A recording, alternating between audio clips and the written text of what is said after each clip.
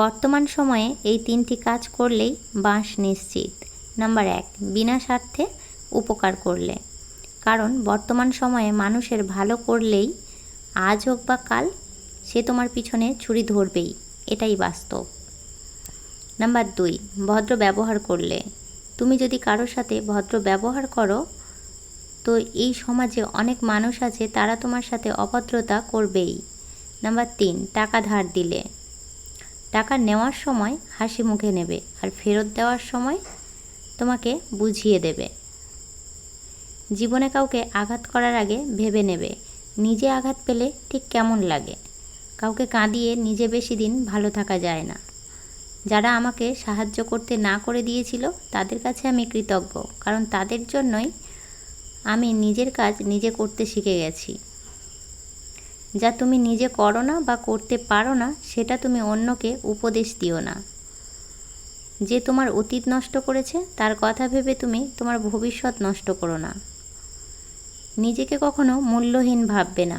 মনে রাখবে, শূন্যের নিজস্ব কোনো মূল্য নেই, কিন্তু অপরের সাথে জুড়ে দিলে তার মূল্য অনেক বেড়ে যায়। মানুষকে চোখের দেখায় তাকে চেনা যায় না, কিন্তু সময়ের সাথে সাথে তার আসল রূপ বেরিয়ে আসে। আয়না হলো মানুষের প্রকৃত বন্ধু।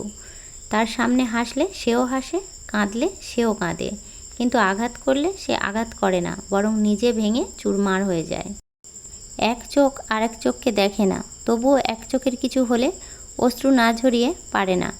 যদি তুমি গরিব হও তাহলে তোমার নিজের মানুষরাও তোমার দেখে এড়িয়ে যাবে, আর যদি অনেক টাকা পয়সাওয়ালা বড়লোক হও তাহলে তোমার দূরের আত্মীয়রাও তোমার দুবেলা খোঁজ নেবে। জলে না নামলে যেমন সাঁতার শেখা যায় না, ঠিক তেমনি খারাপ সময় না আসলে মানুষ চেনা যায় না। অন্যের চরিত্র তারাই বিচার করে যাদের নিজের চরিত্রের ঠিক থাকে না। মন পরিষ্কার রাখো, কারণ শেষ হিসাবটা অর্থের নয়, কর্মের হবে। ভিডিওটি ভালো লাগলে ভিডিওতে একটা লাইক দিয়ে আর চ্যানেলটিকে সাবস্ক্রাইব করে ভিডিও বানাতে উৎসাহিত করবেন আর চ্যানেলটির সাথে থাকবেন। ধন্যবাদ।